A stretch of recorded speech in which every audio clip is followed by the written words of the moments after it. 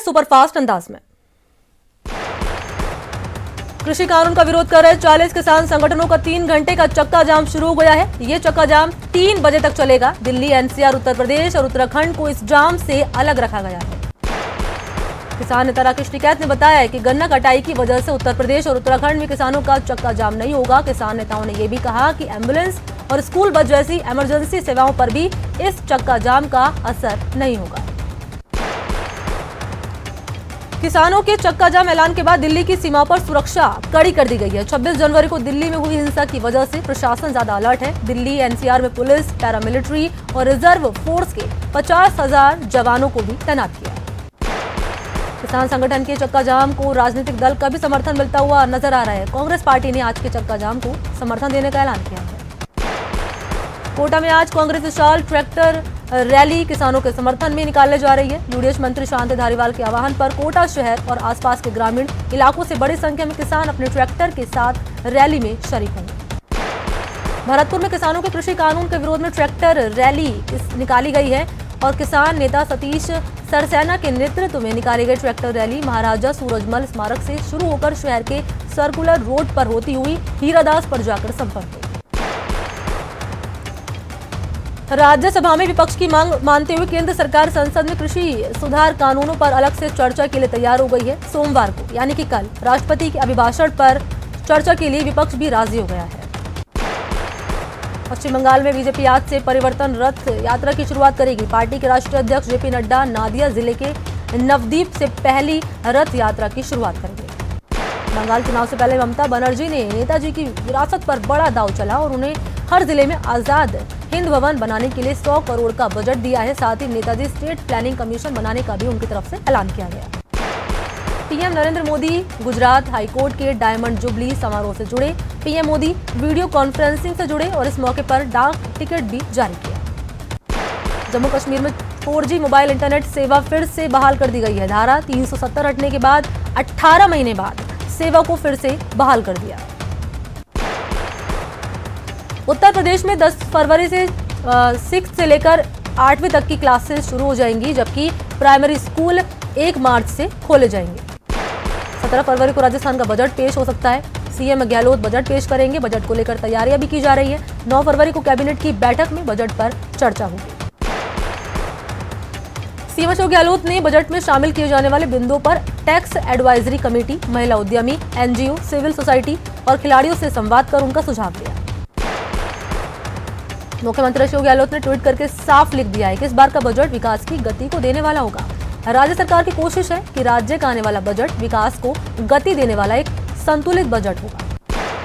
विधानसभा का बजट सत्र 10 फरवरी से शुरू होने जा रहा है, जिसके विधानसभा में तैयारियां जोरों शोरों से की जा रही हैं। सदन के अंदर कोरोना की गाइडलाइन की पूरी तरह से पालना की जाएगी। जोधपुर हाईकोर्ट से सलमान खान को बड़ी राहत मिली है। हाईकोर्ट ने सलमान की वर्चुअल पेशी की याचिका मंजूर कर ली। सलमान की अब अगली पेशी होगी 24 फरवरी को। रिश्वत कांड में गिरफ्तार आईपीएस मनीष अग्रवाल को कार्मिक विभाग ने सस्पेंड कर दिया है। कार्मिक विभाग ने आदेश जारी कर दिए। हाल ही में एसीबी ने मनीष अग्रवाल को गिरफ्तार किया था। मनीष अग्रवाल दौसा के एसपी थे। कोटा में रिश्वत के आरोप में सेंट्रल जेल में बंद निलंबित कलेक्टर और उसके पीए के खिलाफ एसीबी कोर्ट में चालान पेश किया गया। एसीबी कोर्ट ने पिछले दिनों दोनों की न्यायिक अभिरक्षा अवधि 15 फरवरी तक बढ़ाई थी।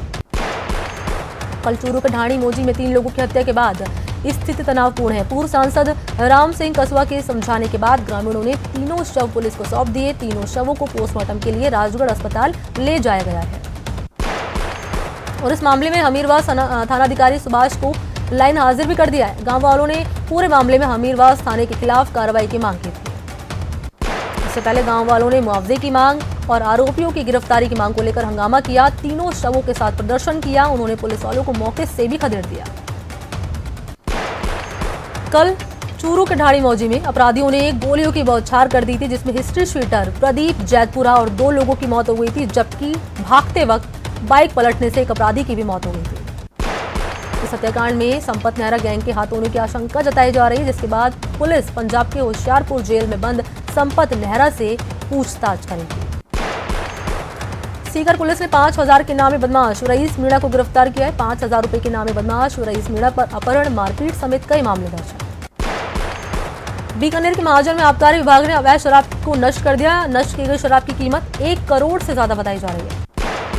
सवाई माधोपुर में पुलिस ने हत्या के मामले में फरार चल रहे 2000 रुपए के नामी आरोपी को नागराज को गिरफ्तार कर लिया। आरोपी के खिलाफ संगीन अपराधों के 9 मामले दर्ज हैं।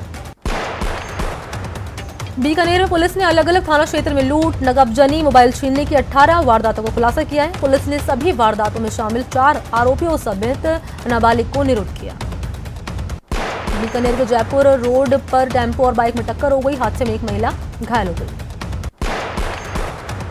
चूरू के बुचावास में सड़क हादसे में 6 लोग घायल हो गए। सूचना पर नगर परिषद सभापति पायल सैनी ने घायलों से मुलाकात की। भरतपुर में बीजेपी सांसद के पति की गाड़ी दुर्घटनाग्रस्त हो गई। कार से ट्रैक्टर ट्रॉली टकराने से यह हादसा हुआ।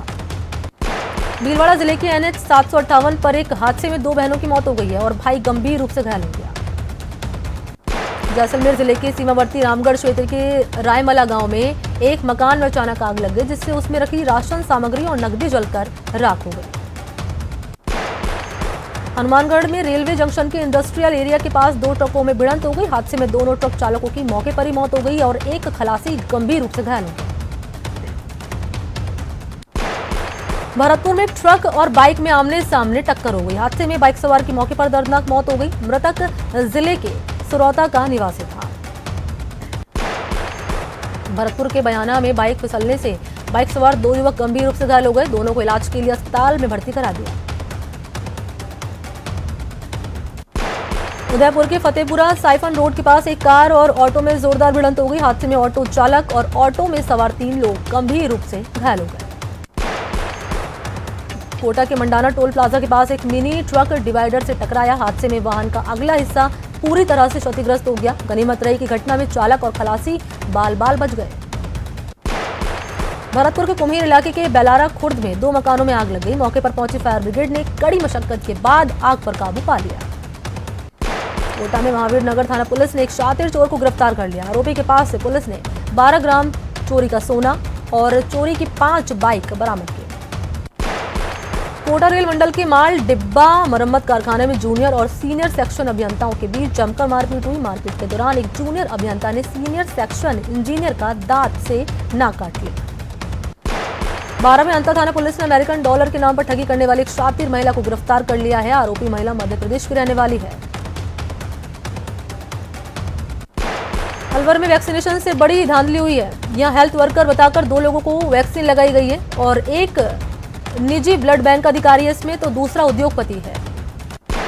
कोटा में कला दीर्घा के सामने बनने वाले निजी बस स्टैंड के प्रस्ताव को यूडीएच मंत्री शांति धारीवाल ने बदल दिया। अब ये bus stand Bhim Singh road पर बनाया जाएगा। शांति धारीवाल यूडीएच मंत्री ने जानकारी दी। राजस्थान पुलिस के एडीजी संजीव नार्जरी ने बाड़मेर पुलिस लाइन का निरीक्षण किया। इससे पहले जवानों ने एडीजी को पुलिस लाइन में गार्ड ऑफ ऑनर दिया। भरतपुर में जिला स्वच्छ भारत मिशन प्रबंधन समिति की बैठक हुई है। बैठक की अध्यक्षता की है जिला परिषद के सीईओ राजेंद्र सिंह चरण ने। कोटा रेलवे स्टेशन पर 2 और एक्सीलेटर लगाने का काम शुरू हो गया है। ये एक्सीलेटर प्लेटफॉर्म नंबर 1 पर वीआईपी गेट के पास लगाए जा रहे हैं। कोटा में झालावाड़ नेशनल हाईवे के पास वन विभाग की जमीन पर भी माफिया ने अतिक्रमण कर दिया है। मामले को लेकर वारसी मैकदा कमेटी ने कोटा वन मंडल के डीएफओ को वन भूमि को मुक्त कराने की मांग की। चलिए यहां रुकते छोटे से ब्रेक के लिए, चल लौटते हैं।